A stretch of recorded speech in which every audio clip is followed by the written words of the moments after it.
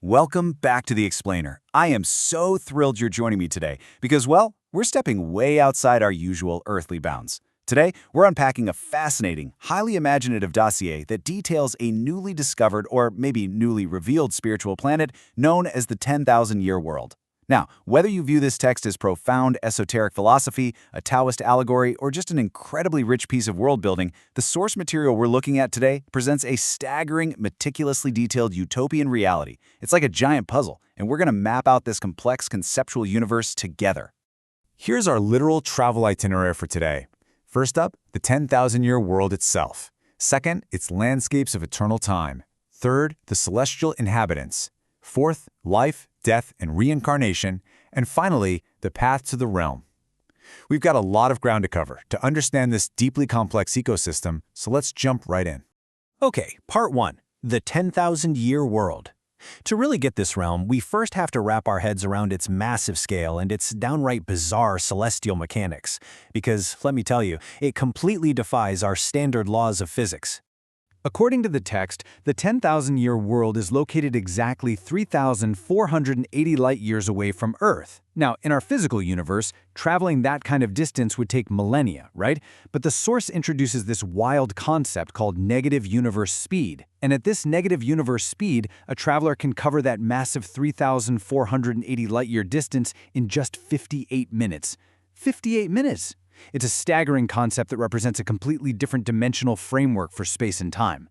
Now you want to keep the number 16 in mind because it's absolutely foundational to this planet's physics. The planet itself is exactly 16 times larger than Earth. But here is the real kicker. The planet doesn't rotate at all. It just moves slowly through what the text calls the rotary river system. So instead of the planet spinning to create days and nights, it's locked in place and orbited by exactly 16 high-density suns. These 16 suns are spaced at equal distances, and every single one of them emits a completely different light wave frequency. Which brings us to Part 2. Landscapes of eternal time. Because the planet doesn't spin, those 16 stationary suns create something truly mind-bending.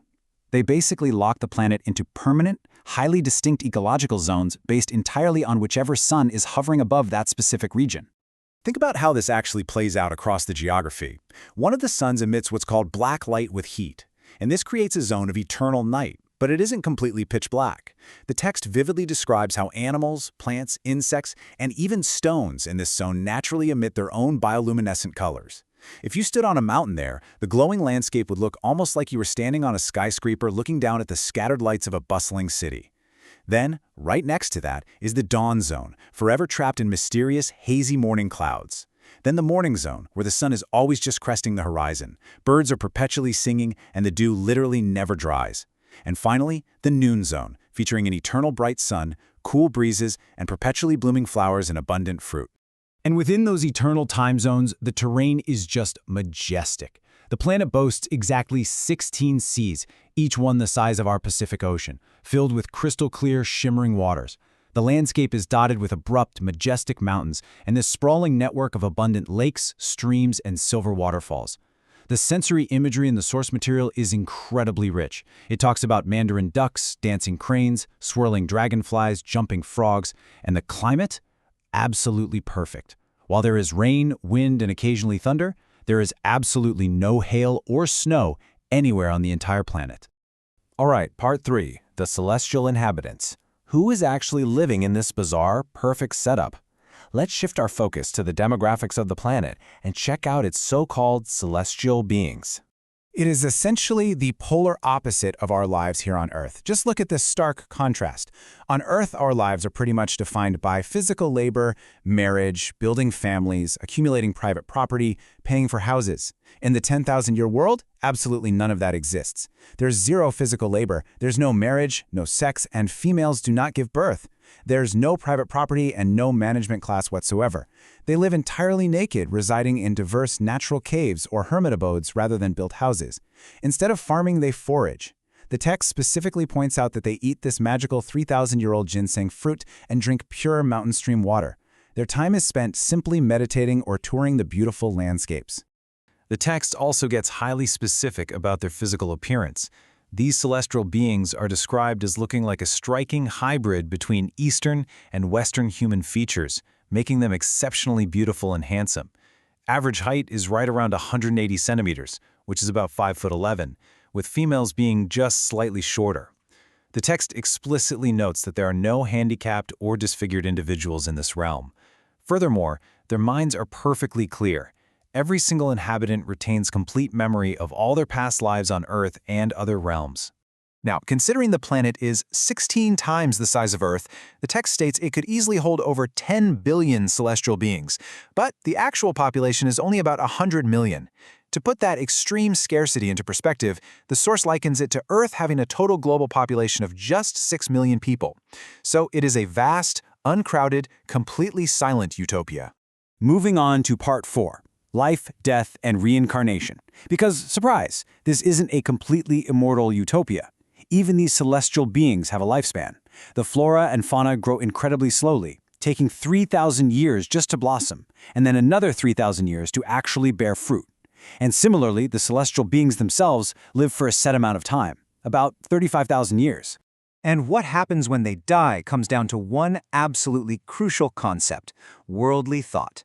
The text defines this as the desire for power, wealth, family life, sexual intercourse, or private property.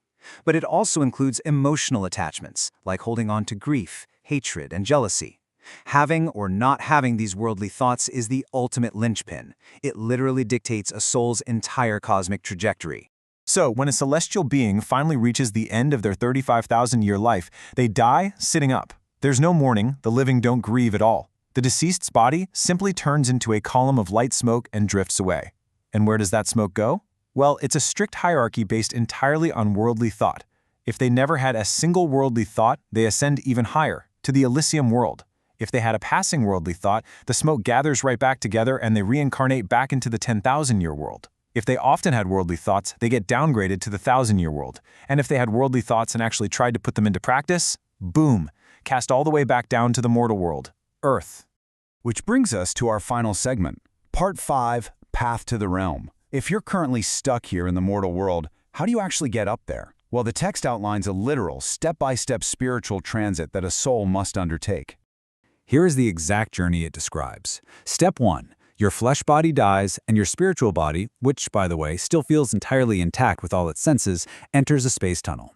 Step 2. You experience this amazing sensation of weightless flight on the clouds, along with a feeling of extreme joy. Step 3. Traveling at that negative universe speed we talked about, you hit what's called the colorful life bridge in under an hour. Step 4. The moment you step onto this bridge, you dissolve into smoke, momentarily lose consciousness, and then suddenly wake up in human form, successfully arriving in the 10,000-year world. But hold on, because the text is extremely strict about who actually qualifies. There are absolute barriers to entry here. You cannot go if you love your family or your motherland. You're disqualified if you love wealth, your job, or social status. And, in a pretty surprising modern twist, you cannot enter if you enjoy watching TV, listening to the radio, surfing the internet, or driving luxury cars. So yeah, your internet browsing history might literally keep you out of this utopia. Fundamentally, you cannot enter if you possess a fighting spirit against other people, against heaven, or against Earth. You have to be completely 100% detached. Ultimately, the philosophy required to attain this state is beautifully summed up in this Taoist-inspired maxim straight from the text: the empty space is not empty, the true color is colorless, the intangible is tangible. To reach this eternal utopia, you have to view the physical material world as the illusion and the empty, detached spiritual realm as the ultimate reality. So, we've explored the crazy physics, the eternal landscapes, and the incredibly strict rules of reincarnation in this dossier. It is an absolutely stunning vision of perfection, but it requires the absolute surrender of, well, everything that makes up a typical human life. So I'm going to leave you with this question to ponder today. Could you truly let go of all your earthly attachments, your family, your passions, your drive, just to spend 35,000 years wandering the beautiful, silent shores of the 10,000-year world? Thank you so much for exploring this fascinating text with me, and I will see you on the next explainer.